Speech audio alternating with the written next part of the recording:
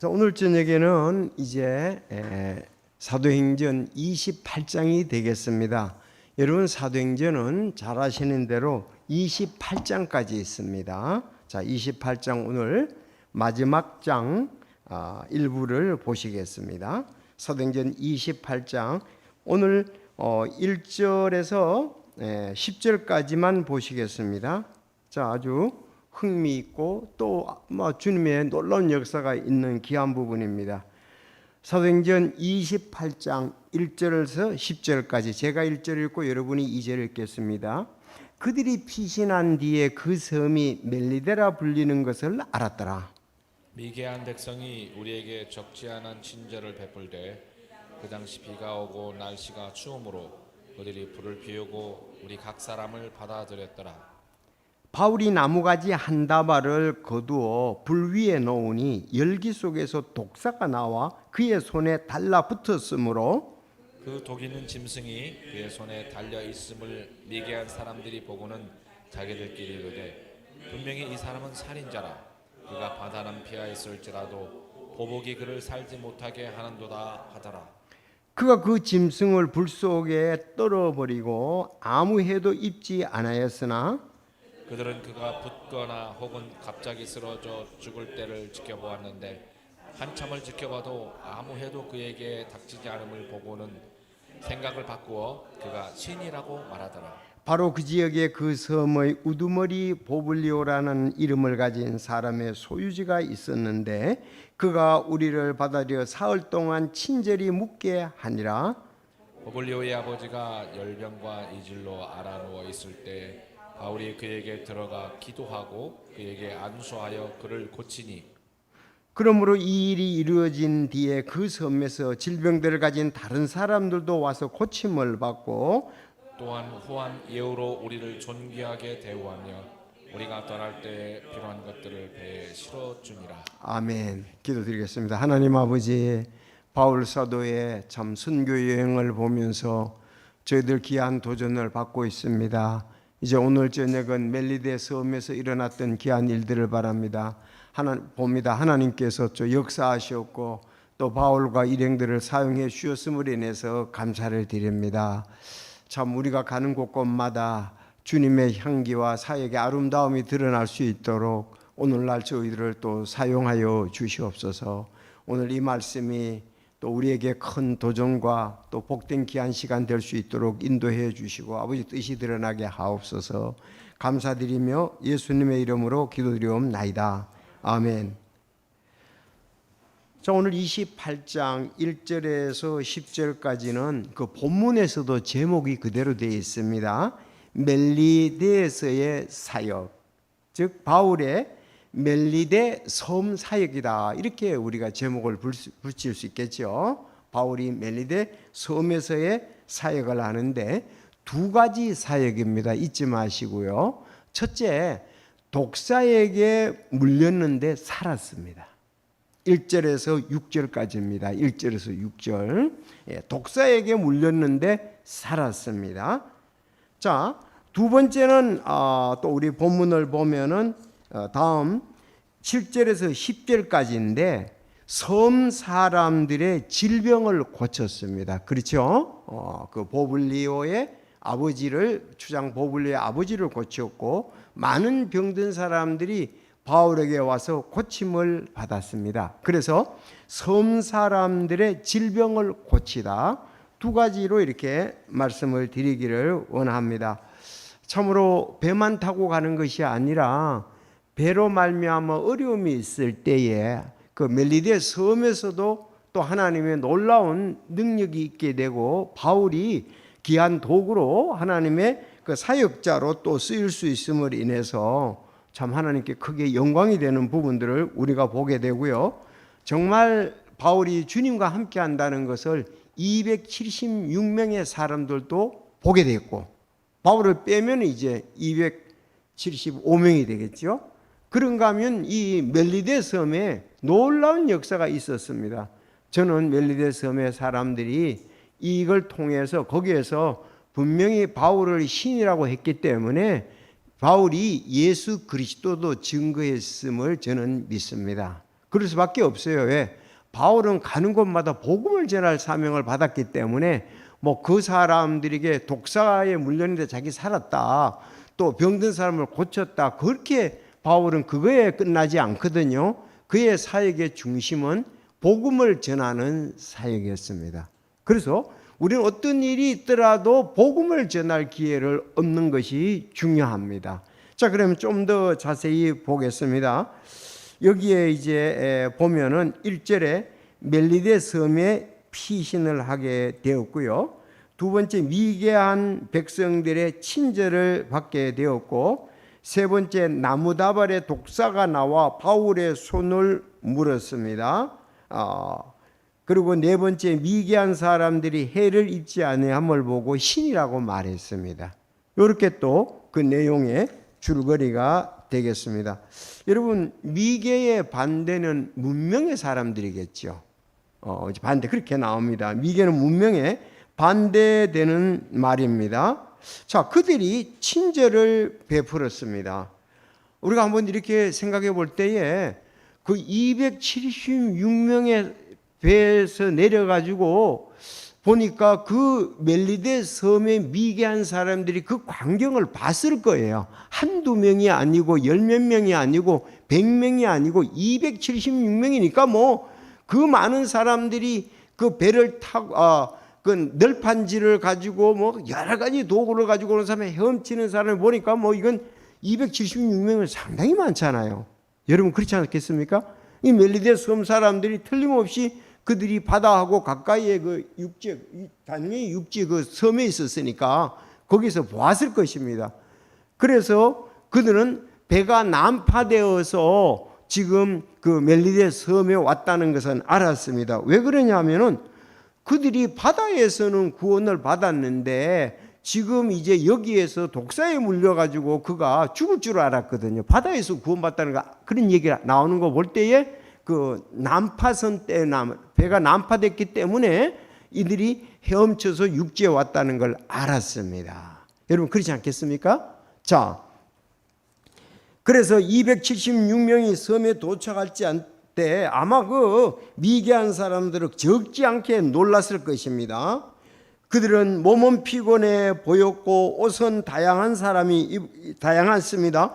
백부장의 옷도 있고 군인들 옷도 있고 선장과 선원들도 있고 바울을 포함한 사람들은 아마 제수들이었으니까 다양한 복장들을 가지고 진짜 물에 빠졌다 나오는 이거 쥐 같죠, 그렇죠? 그 바다라에서는 굉장히 바다가 춥잖아요. 이 당시가 또 날씨가 추웠다고 그랬습니다.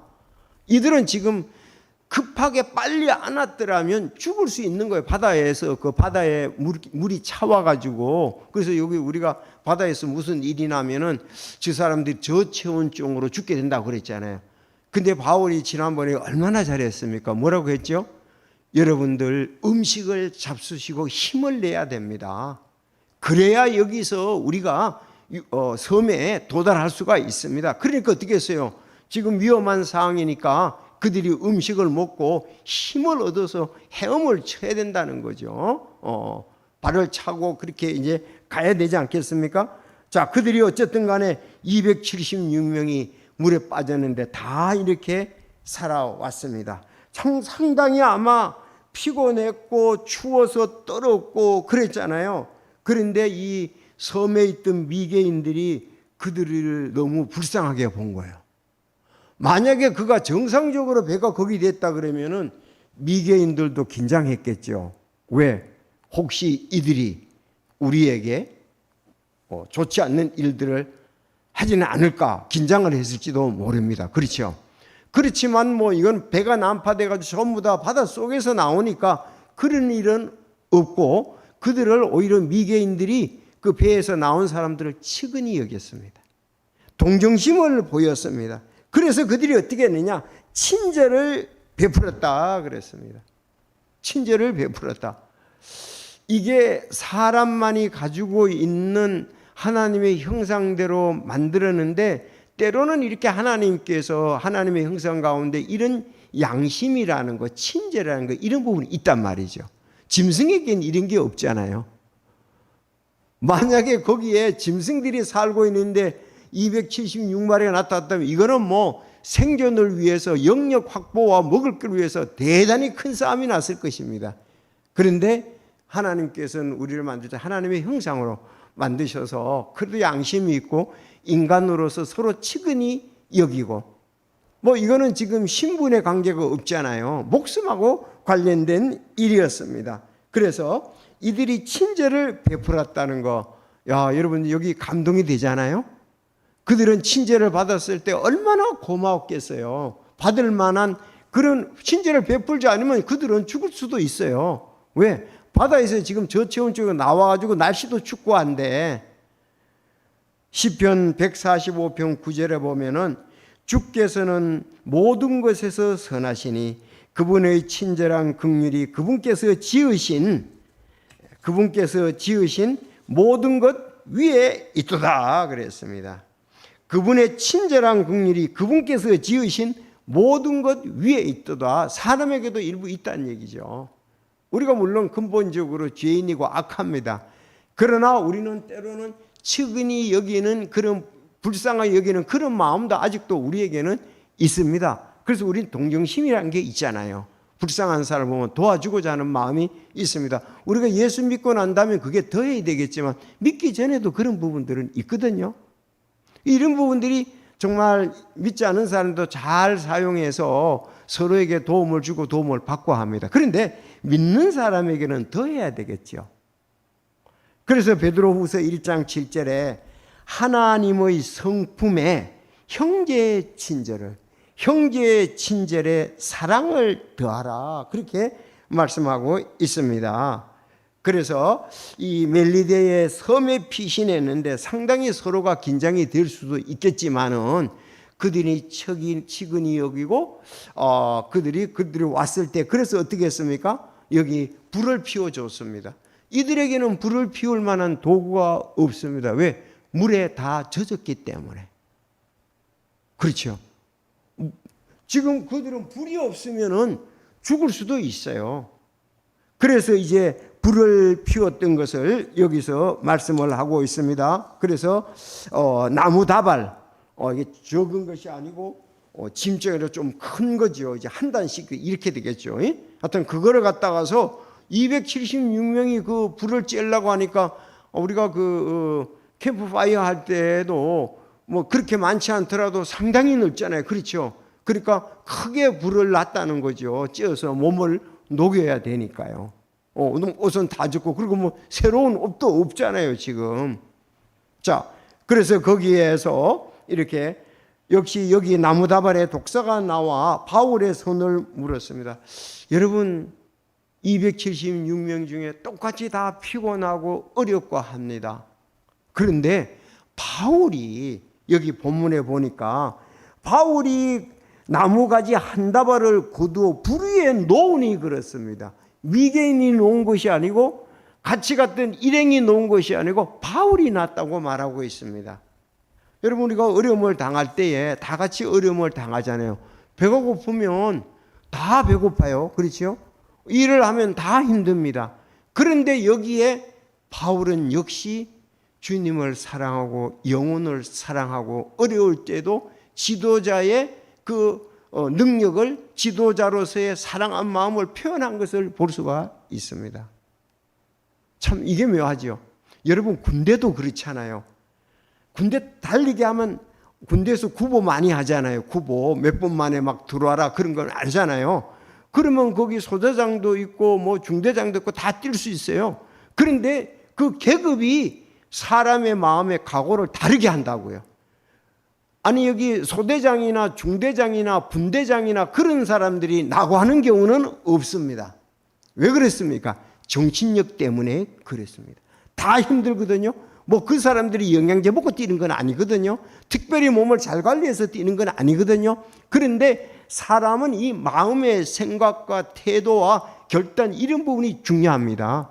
그래서 여기 바울은 남달랐다는 거죠. 힘들었지만. 여기 이게 부모의 마음, 지도자들의 마음, 리더자들의 마음이 아닐까요? 부모도 똑같이 어려우면 다 배고파요. 부모도.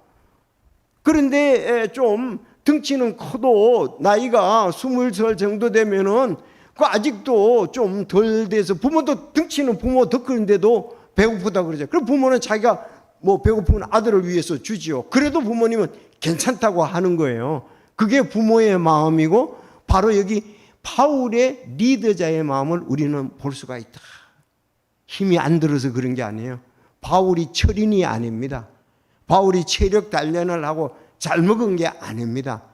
그들하고 했지만은 그는 정신력이 있습니다.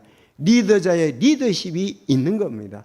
그게 장교들의 마음, 부모의 마음, 리더 이게 다른 거예요. 바울이 그래서 내가 그 많은 사람들 중에 왜 바울이 나무단을 갖다가서 했느냐? 다른 사람도 했겠지, 했을 수 있죠. 그렇지만 바울이 내가 힘들어 죽겠는데 너들이 해라 이렇게 한 것보다도 역시 앞에서 했다는 거죠. 여기 있는 여러분들이 리더자입니다. 여러분 맞습니까? 우리가 그 어려움이 있을 때에 누가 거기에서 좀 더 희생을 하느냐, 리더를 하느냐, 그게 리더자의 자격이에요. 자격, 조건이에요. 그래서 여기 바울이 했다는 것이 아주 참 도전이 되는 말씀이고요. 그런데 그 나무가지 한 다발을 갖다 거두어 숯불 불 위에 놓으니까 열기에서 독사가 나와서 그의 손에 달라붙었습니다. 달라붙었다는 말은 달라붙었으니까 물었겠죠. 그냥 뭐 이렇게 덜렁덜렁 달라붙은 건 아니잖아요. 물고 있었다라고 물었다는 것을 말하는 거죠. 그냥 뭐 우연히 달라붙는 건 아니잖아요. 독사는요, 특히 이 자기가 분리하면 물게 되어 있어요. 이 뱀같이 지혜롭고 비둘기같이 순결하는 말씀이 있잖아요. 그러니까 뱀은, 독사는 시골에서 이렇게 보면 사람이 가면은 막 달려와서 깨무는 게 아니에요. 틀고 있다가 자기가 위급하면, 가까이 오면 위급하면 물어버리는 거예요. 안 물으면 자기가 죽잖아요. 그게 독사라면 독사. 시골에서 독사 이렇게 보잖아요. 자, 그래서 독사는 뭐 독이 있으니까 틀림없이 물렸다 그러면 독이 퍼져가지고 죽게 되어 있습니다. 그렇지 않으면 뭐 조치를 취했어야 되겠죠. 뭐 묶는다든가 뭐 여기서 뭐 잘라가지고 피를 뺀다든가. 그런데 거기 위계인들이 거기에 있는 독사에 대해서 잘 알고 있었기 때문에 그거는 물리면 죽는다는 걸 알았습니다. 만약에 미개인이 여기다가 무엇을 묶고서 이거를 절개를 해가지고 독사의 독을 빼냈으면 살 수 있다고 하면 그렇게 했겠죠. 그렇게 했지 않겠습니까? 그렇죠. 여기 봤으니까 그들은 그러지 않고 이건 물렸다 그러면 거의 확실히 죽는다는 것이었습니다. 자, 그래서 여기 독사에, 그런데 이게 어느 정도 독이 다 퍼지면은 죽을 텐데 바울이 안 죽는 거예요. 그 처음에 있는 사람들은 그 독사에 물려가지고 죽은 경험들이 많이 있거든요. 그런 것을 보았습니다. 뭐 대책이 없다는 거죠. 이 독사에 물리면은. 우리가 성경에 보면은 불뱀을 풀어놨는데 불뱀에 물린 자마다 죽잖아요. 그렇죠. 그런데 그 장대에 달린 불뱀을 매달린 걸 쳐다보면 살더라 그랬잖아요. 그러니까 그것도 그 사람도 물리면 죽는다 이거예요. 시간이. 여기도 물리면 시간이 문제지 죽게 돼 있다는 거죠. 그 독이 있는 짐승이 그의 손에 달려 있음을 보고 미개한 사람이 보고는 자기들끼리 이르되 분명히 이 사람은 살인자라. 그가 바다는 피했을지라도 보복이 그를 살지 못하게 하는 것이다. 그렇게 얘기를 했습니다. 여기 보복이란 말을 다른 성경에 보니까 공이다 이런 표현이 되어 있잖아요. 공이. 그 죄를 졌기 때문에 저는 공개적인 심판을 받는다 이 말입니다. 보복. 공개적인 심판을 받는다 이 뜻이에요. 그러니까는 이런 것을 보면은 바다는 피했다. 뱀은 지금 독사에게는 못 피한다. 그러면 이 사람들이 뭐 어떻다는 말입니까? 섬의 사람들이 이 미신에 사로잡혀 있다는 거죠. 배가 난파되거나 사람들이 바다에서 죽으면은 바다의 신이 노해서 그들이 죽는다고 생각을 한 거야. 그렇죠? 바다에 신이 노해서 이 지금 배가 파손이 됐다 이거예요. 그래서 올라와서 이렇게 됐는데 그건 또 피했지만은 공의가 지금 이 뱀이 또 물었을 때 이거는 살지 못한다.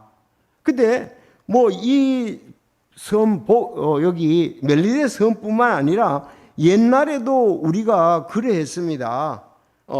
같아요.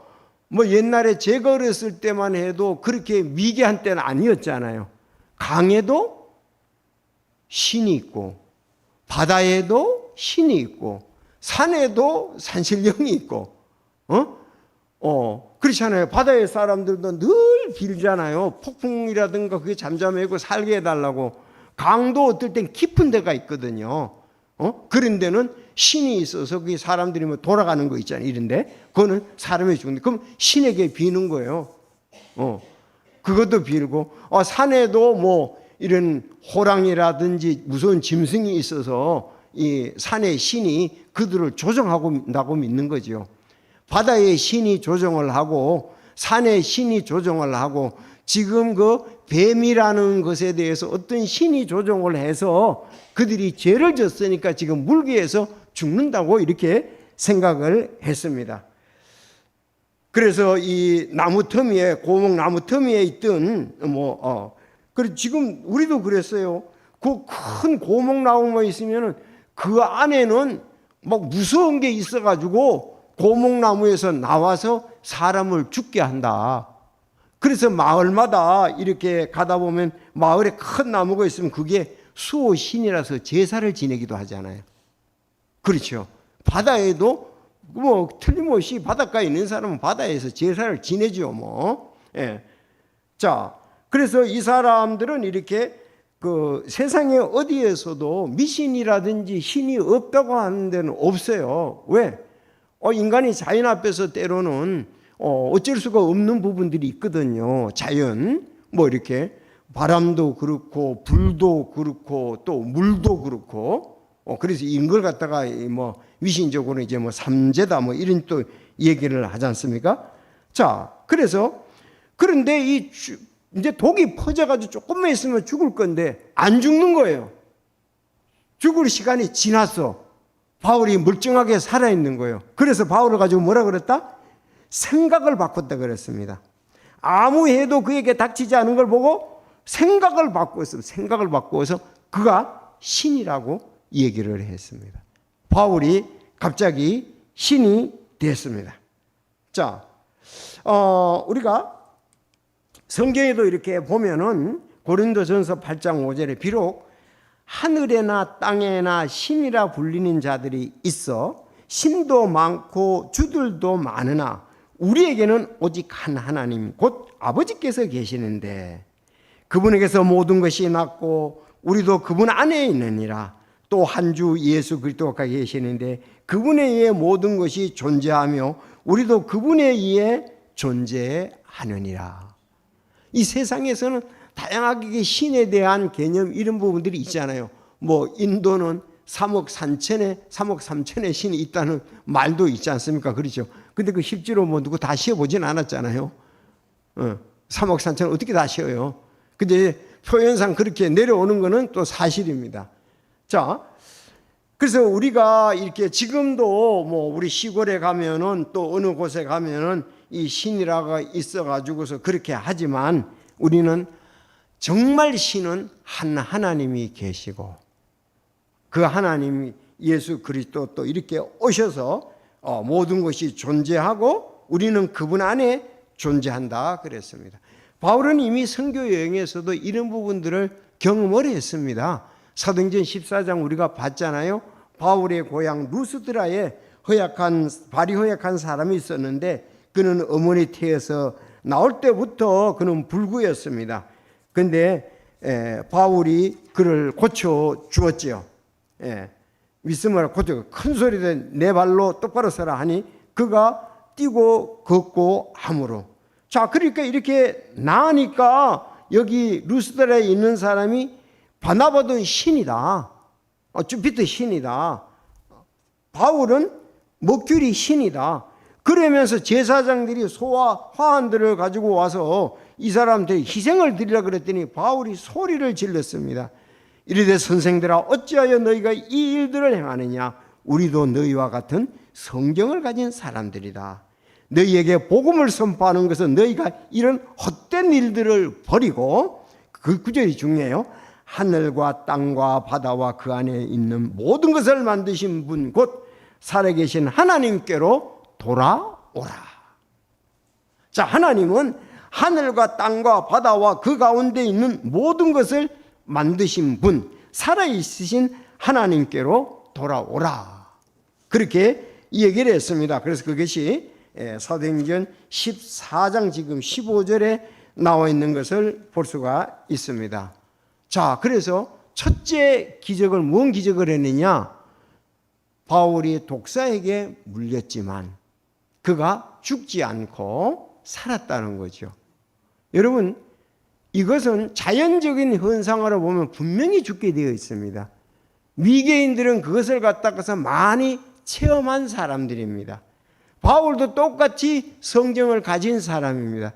그럼 바울이 뱀에 물렸는데 어떻게 낫느냐 이거예요.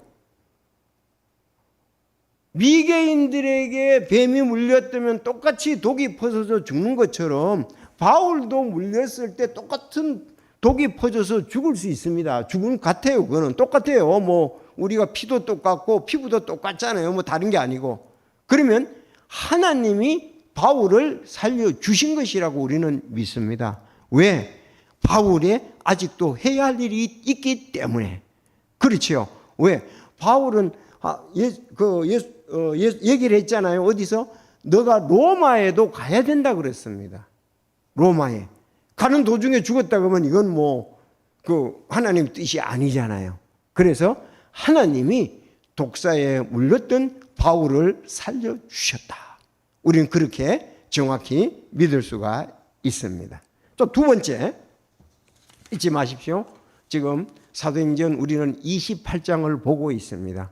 지금 28장 1절에서 6절까지는 멜리데 섬에서 있었던 일인데 바울이 독사에게 물렸는데도 죽지 아니했다는 내용입니다. 두 번째는 또 놀라운 일이 있게 되죠.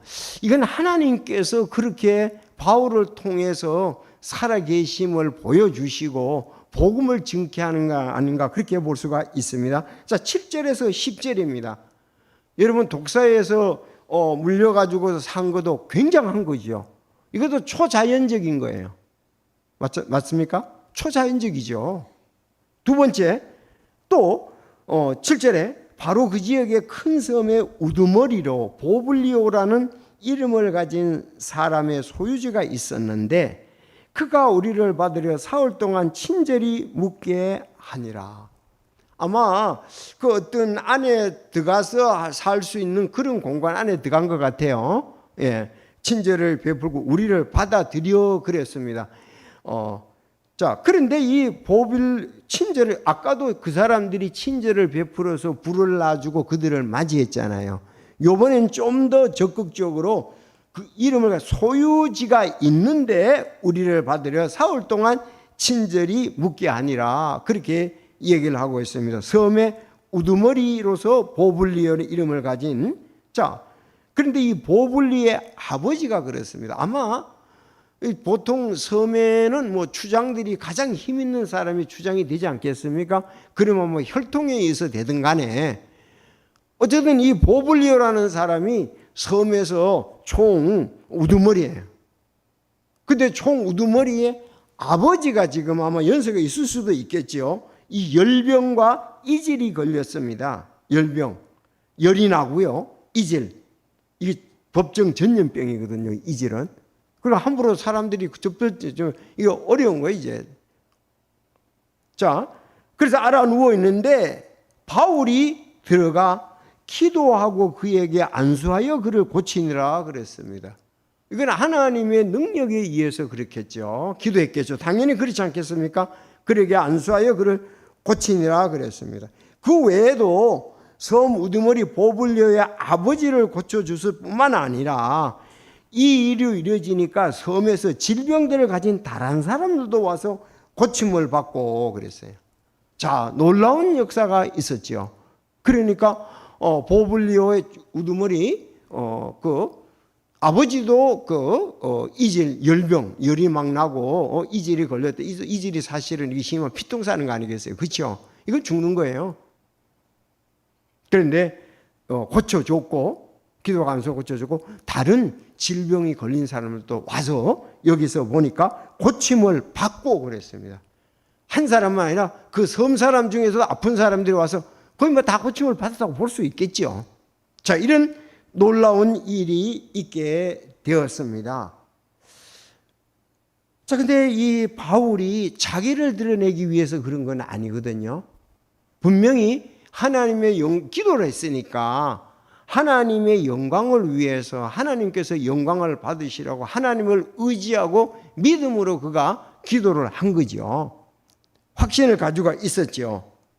자, 그래서 그가 낫게 되었다는 것입니다. 자, 그럼 여기에서 우리가 요 구절들을 우리가 사용할 수가 있어야 됩니다.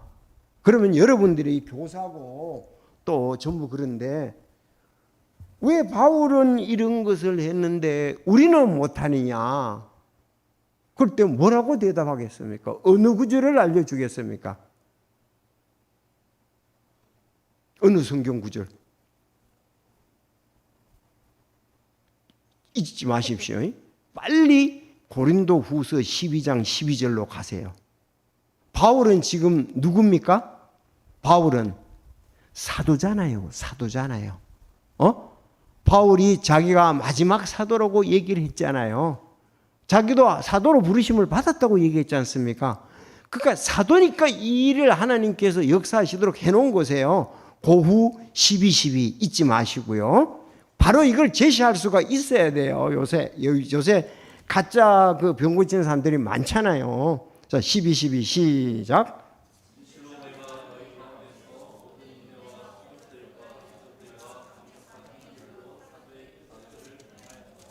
자, 그래서 여기에 보면 진실로 내가 너희 가운데서 모든 인내와 표적들과 기적들과 강력한 행위들로 사도의 표적들을 행하느라 그랬습니다. 줄 것이십시오.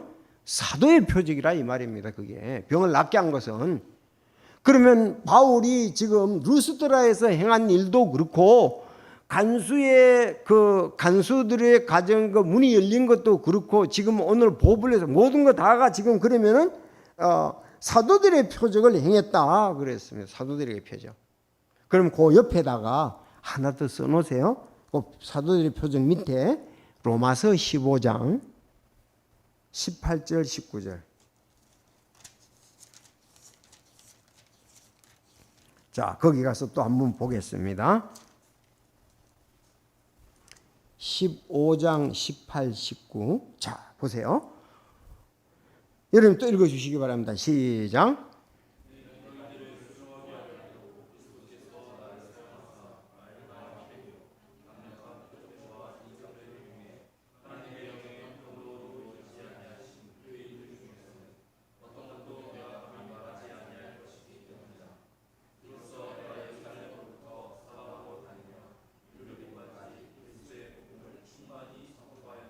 네. 자, 나를 사용하사 말과 행위로 강력한 표적들과 이적들을 통해 하나님의 영의 권능으로 이루지 아니한 그것들 일 중에서 어떤 것도 내가 감히 말하지 않는다. 이걸 해서 나를 이방인들을 순종하게 하기 위해서 썼다 이 말입니다. 이방인들을 순종하게 하기 위해서. 지금 그 섬에 있는 사람들과 배를 같이 탄 사람들을 순종하게 하기 위해서 하나님은 놀라운 능력을 베풀어 주신 것을 볼 수가 있습니다. 그래서 능력과 표적과 이것만 한 것이 아니라 왜 그리스도의 복음을 충만히 선포하였노라. 이 사도의 고난, 사도로서의 그런 일을 행함으로써 이건 예수님의 제자, 예수님의 사도 이것을 인정하고 그들로 하여금 예수 그리스도를 받아들이도록 복음을 받아들이도록 하기 위해서 기적과 표적을 행했다. 이렇게 본인 스스로 여기 간증을 하잖아요. 두 가지 구절 잊지 마십시오. 알았죠? 틀림없이 우리가 전도를 하다가 보면은 성경에는 뭐 우리하고 다른 믿음을 가진 사람들도 얘기하거든요. 그렇게 기적을 바울은 그렇게 했는데 왜 오늘날 교회는 못하느냐 이렇게 뭐 반박하기 위해서 또 그런 사람도 있고 한데, 이것은 성경이 완성되기 전에 그들이 어떻게 했어요? 복음을 해서, 그래서 또 성경을 기록하기 위해서 그런 능력을 주신 것이죠. 그러니까 이 말씀을 지금 쓰고 있는 사람은 누구예요? 사도행전 28장을 누가잖아요. 누가는 못했단 말이죠. 누가는 의사였거든요. 의사였는데 자기는 그 독사한테 물렸을 때 이거 찢어가지고 뭘 해야 될 거 아니에요. 안 되는 거예요, 그게. 의사인데도. 그러니까 그 독사는 뭐 고칠 수 그 당시에 안 되는 모양으로 볼 수가 있죠. 미개인들이 볼 때. 만약에 될 수가 있으면 의사인 누가가 그걸 했겠죠. 처치를. 그것도 안 되는 건데 하나님이, 누가가 의사가 보더라도 이건 하나님의 능력으로 했다. 이질도 낫게, 열병과 이질도 낫게 하고 뱀에 물린 것도 낫게 하고. 왜? 바울은 사도가 맞다. 여러분 확실하죠? 정말 너무나 이런 부분들이 우리를 믿음을 강하게 하고 우리가 믿을 수 있도록 해주시는 거예요. 이렇게 바울이 복음을 전해서 유럽에 전해지고 영국에 전해지고 로마에 전해지고 우리 미국에 전해지고 대한민국에 왔잖아요. 바울의 이런 부분이 없었다면 우리는 이 자리에 있을 수가 없겠지요. 그래서 10절에 얼마나 놀라운 장면입니까? 또한 후한 예우로, 아니 신으로서 존경을 받을 만한 거니까 복음 전하는 게 얼마나 잘 되겠어요. 바울이 전한 복음이. 그렇죠? 그리고 난 다음에 후한 예우로 우리를 존귀하게 대우하며 우리가 떠날 때에 필요한 것들을 배에 실어주니라. 참 너무나 놀라운 광경이고 하나님께서 바울을 사용하신 일이고 우리에게 기쁨이, 우리도 여기서 볼 때 야, 하나님의 능력이 놀랍다.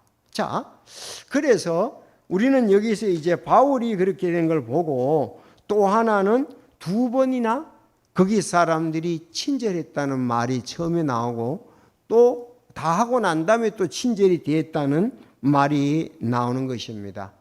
사실 우리도 아직은 연당 가운데도 있고 신령할 수도 있고 안 할 수 있는데 사실은 우리 그리스도인들이 친절이 몸에 배어야 된다. 그렇죠? 친절이 몸에 배어야 된다. 로마서 2장 10절에 보면 선을 행하는 각 사람에게 영광과 존귀와 화평이 있으리니 먼저는 유대인에게 또한 이방인에게로다. 자, 빌립보서에도 그러므로 주 안에서 모든 기쁨으로 그들을 받아들이고 그런 자들을 존귀하게 여기라, 그렇게 얘기를 했습니다. 이 말씀은 누구냐면 에바브로디도에 대해서 얘기하는 거예요. 에바브로디도를 갖다가 하나님의 그 사역자거든요. 주 안에서 모든 기쁨으로 그를 받아들이고 그런 자들을 존귀하게 여기라. 제가 설교한 적이 있죠. 교회에서 신실하게 섬긴 자를 존귀하게 여기라, 그런 사람도 있습니다. 시편에도 보면 주의 친절한 긍휼이 내게 임하게 하사 내가 살게 하소서, 주의 법은 나의 기쁨이니이다. 시편 119편에 뭐라고요? 주의 친절한 긍휼이 내게 임하게 해달라고 기도를 했습니다. 이것도 기도를 해야 되는. 주의 친절한 긍휼이 내게 임하게 하사 내가 살게 하소서, 주의 법은 나의 기쁨이니이다. 잠언 19장 22절은 사람에게 바랄 것은 그의 친절함이며 그랬습니다. 사실 이건 뭐 친절은 어떨 땐 돈도 들 수도 있지만 돈 들지 않는 것 가장 좋은 것 중에 친절이잖아요. 여러분 그렇지 않습니까? 살아가는데 친절을 싫어할 사람은 아무도 없습니다. 여기서 우리가 이 사람들이 그 서로 상호간에 있지만 친절은 중요하다. 그래서 제가 친절을 실천하는 방법을 갖다가서 이렇게 좀 인터넷에 쳐보니까 이 미소와 긍정적인 언어다. 경청과 공감이다. 작은 도움을 제공하는 거다. 감사 표현이다. 칭찬과 격려다. 존중과 배려다. 친절한 행동에 생활하다. 먼저 다가가자. 나눔과 봉사다. 그래서 친절의 중요성에 대해서는 친절은 받는 사람뿐 아니라 베푸는 사람에게도 긍정적인 영향을 미친다. 친절은 뇌에서 행복 호르몬을 분비시켜 스트레스를 줄이고 긍정적인 기쁨을 느끼게 한다. 또한 사회적 연결을 강화하고 공동체 의식을 높여준다. 이렇게 되어 있습니다. 사실 보면은 신앙인들이 그래도 대체로 친절해요. 제가 이렇게 살아보니까 그래요. 교회 다니는 사람들이 사실 친절해요. 그 사람들은, 믿지 않은 사람은 가운데도 있지만 대체로 친절이 몸에 좀 배어 있습니다. 그리고 신앙생활이니까요, 그게. 그래서 우리도 이런 부분이 활성화됐으면 좋겠다. 친절이 잘 되어 있으면은 우리가 혼돈을 얻고 인간관계가 좋아지고 내 마음속에도 평안이 있다는 거죠. 제가 얼마 전에 이렇게 그 라카룸에서 어느 분이 그 청소를 이렇게 하시더라고요. 그래서 제가 그분에게 좀 칭찬을 해드렸어요. 제가 여기 이렇게 오랫동안 했는데 친절한 분 3번째네요. 그랬어. 왜냐하면 그 매달마다 신입생들이 오면 그 바닥에 막 물을 떨어뜨리고 어떻게 해야 될지 모르니까 지저분해요. 그리고 사실 라카룸에는 머리털이라든가 굉장히 많아요. 그렇지 않습니까? 그런데 이제 그 한 분이 와가지고 이렇게 그 하는데 보니까 아주 깨끗하고 그 사람 뭐 거기에는 머리털이라든가 뭐 이거 많아요. 그래서 제가 이렇게 근래에 몇 년 만에 청소하네. 제가 볼 때는. 그래서 전에 이제 한 분이 그분은 성실히 친절히 이런 게 몸에 배었더라고요.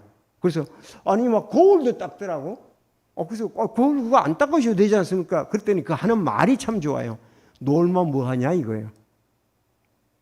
그분들이 그냥 쉬고 뭐 사람들 오가는 거 보고 누가 얘기 안 하면은 뭐 그냥 앉아 있잖아요. 근데 그분은 거기서 그렇게 앉아 있으면 뭐하냐고. 이런데 깨끗하게 이런 걸 하고 해야지. 진짜 그 사람은 친절하고 부지런하고 깨끗하게 하더라고요. 진짜 그런 사람들은 추천을 해서 상을 그 사람들은 줘야 돼. 친절. 진짜 모범 사원이죠. 그런 사람들은 놀면, 근데 사람은 그랬잖아요.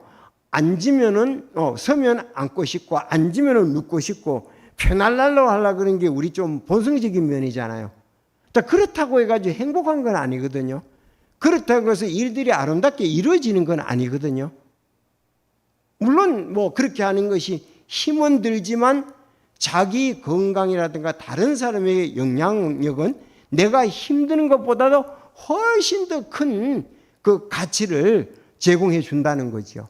그래서 놀면 뭐하냐 이거예요. 그 얼마나 참 좋네. 내가 그래서 저분이 얘기한 것이 우리 어머니하고 똑같다. 어머니가 그런 얘기를 한 적이 있거든요. 여자분들은 만나면 얘기하고 쉬고 그거 얼마나 좋아요. 근데 우리 어머니는 저기 그저께 뭐 해면 무슨 소용이냐. 얼른 맡은 일들을 열심히 해야지. 근데 똑같아 이분도. 그래서 아마 그런 또 과들이 있는 것 같아요. 노는 과들이 많고 친절한 과들이 있고 자기 일에 대해서 이렇게 참 지적도 안 받고 솔선수범해서 잘하는 거. 바로 이런 부분은 그리스도인들이 교회에서도 그렇고 직장에서도 그렇고 가정에서도 그렇다 이 말입니다. 여러분 그렇지 않습니까? 가정에서도 오면 그냥 휴대폰만 하고 있지 지금 일은 바쁜데 어머니들은 바쁜데 휴대폰을 하고 있는 그런 조금만 도와주면은 일이 쉽게 끝나고 서로가 쉬고 교제를 할 수 있는데 그냥 휴대폰 만지고 이랬어요. 그래서 참 만약에 우리가 리더자들의 사모라든지 리더자들의 교제하는 사람이 그렇다고 하면 그 지도라서 좀 어려움이 있는 거예요, 솔직히. 여러분 그렇지 않습니까?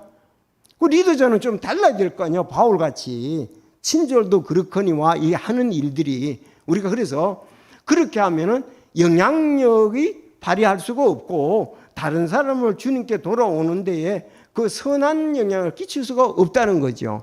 오히려 진짜 교회는 다닌다고 하면서 일은 자기 일도 그렇거니와 공동일도 제대로 안 한다. 그러면은 힘없는 그리스도인이고 누구에게 주님의 영광을 드러낼 수가 없겠지요. 이 잔소리 같은 말이지만은 실제적인 거거든요. 여기 친절이 있으니까 성경에서도 그렇게 말씀하고 있습니다. 그래서 우리는 좀 달라야 되죠.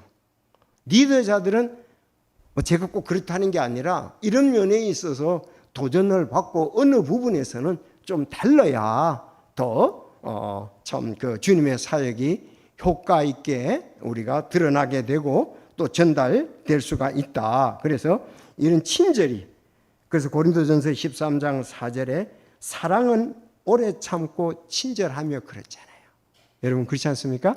자, 그래서 결국은 바울 사도와 275명이 바다에서 목숨을 건져 이 멜리데 섬에 참 도착했지만 정말 그들은 하나님의 능력으로 미개인들에게 너그러운 친절과 참 존귀를 받게 하고 섬을 떠났습니다. 후한 예우로 우리를 존귀하게 되어 이건 지절로 된 것이 아닙니다. 여기서 바울이 그 중에 핵심적으로 있었기 때문에 그렇습니다. 떠날 때에 필요한 것들을 배에 실어주니라. 하나님이 큰 일을 멜리세 섬에서 하셨습니다. 주님께 영광을 돌립니다. 바울이 그의 능력의 손 안에서 귀하게 쓰였습니다. 우리에게 적은 것을 하나님께 드렸을 때 하나님은 그것을 크게 늘려서 또 크게 사용하셔서 영광을 받으시는 것을 보게 됩니다. 다 같이 기도하겠습니다.